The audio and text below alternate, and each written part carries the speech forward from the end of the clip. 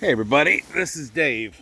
Hopefully I can get this in before it starts raining. I don't think it's gonna. I think the clouds are actually moving a bit away from us, so hopefully we'll be good. The bigger hassle maybe is an airplane that keeps circling me, but I'm not sure what that is. I wanted to share with you anyway today. I'm here in the garden, been doing some weeding. I have this stuff. If you have this stuff, where's it at? Here, there's some that I've already pulled. This is a vining, weedy, insanely, I think I've heard it called Johnson grass. I'm not sure. It drives you insane. Everywhere one of these little nodes touches, it puts down roots, and it will grow into a thick, heavy mass in absolutely no time and take over a garden. The roots run underground like runners they can run several meters, I've seen, and then suddenly pop up in a new location, and it's just a nightmare.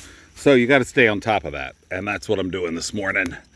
Kind of dodging in between rain showers. If you saw my other video from this morning, I was hiding out in the chicken coop waiting for a rain shower to pass. But what I want to show you, and they've got a little bit of leaf damage here.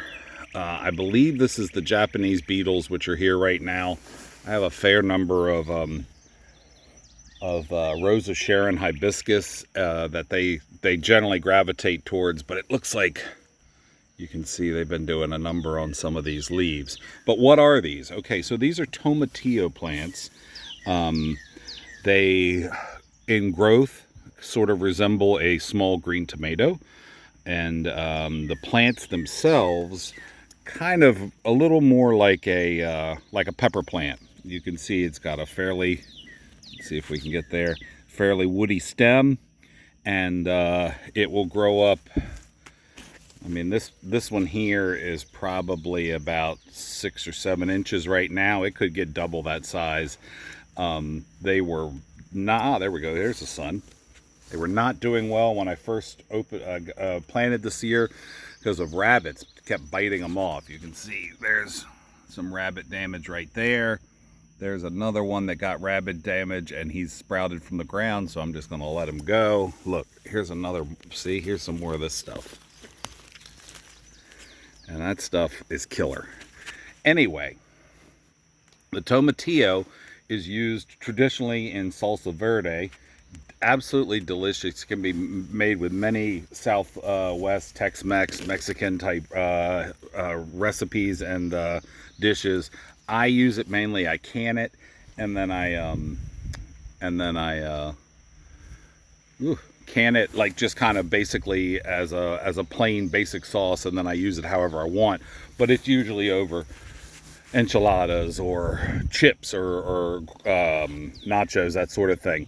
Here's one that's almost ripe. This one is pretty small. I usually pull all the flowers off when I get most things, so that way when I put them in the ground and transplant them, they have time to concentrate on the roots. But for whatever reason, I missed this one. So here's a small one. They are smooth skinned. This is a papery husk that they grow in, and when they are ready to ripen and when they're ready to go, that husk kind of breaks open right there on the terminal end, and then the fruit doesn't fall out, but you can just pull the husk right off. I'm told ground cherries are similar to that. I don't grow ground cherries, so I can't speak, but if you do and are familiar with those, and that's the idea. The other thing I wanted to show you is just how insanely prolific these plants are. The ones I grew probably about 5 years ago, I canned enough until I ran out last year, and they just put off tons and tons of fruit. So I want to show you this plant. This is not a tall plant, 5 inches, 6 inches, but look at the flowering on it, and look at the number of fruits that are aiming to be on this plant. This bigger one that we were just looking at a second ago, sorry, the wind's got a hold of me a little bit here. You can also see extremely prolific plants. I have this bed of 2, 4, 6, 8, 10, and then I have another bed of 10 that I expect, here's another plant, see, I expect that to produce enough tomatillos to hold me for several years at least. and that's just how many they put off. At the height of summer, I'll be coming out here and picking 20 a day. There's another flower. Looks like it's probably been fertilized, starting to get the little husk around it. The rest of them still waiting to be fertilized. They really just exploded with flowers in the last day or two, and that may be due to me doing some more watering as well as a little bit of fertilizing. I don't know, fertilizing, is that what I said? Yeah, fertilizing. But anyway, I wanted to show you these. I don't unfortunately have a fresh one, but I will, and when I get one, I'll show it to you. They're fantastic fresh. They're fantastic roasted on the grill.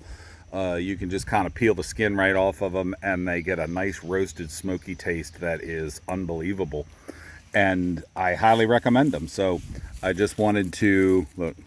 Here's some more of this stuff. That stuff is just awful, just awful. Anyway, that's it. So this is Dave. I'm in the garden. I know you didn't see my face, but trust me, it's me. And I'll see you on the next video. In the meantime, stay safe, stay prepared, and I'll see you then. Have a good one.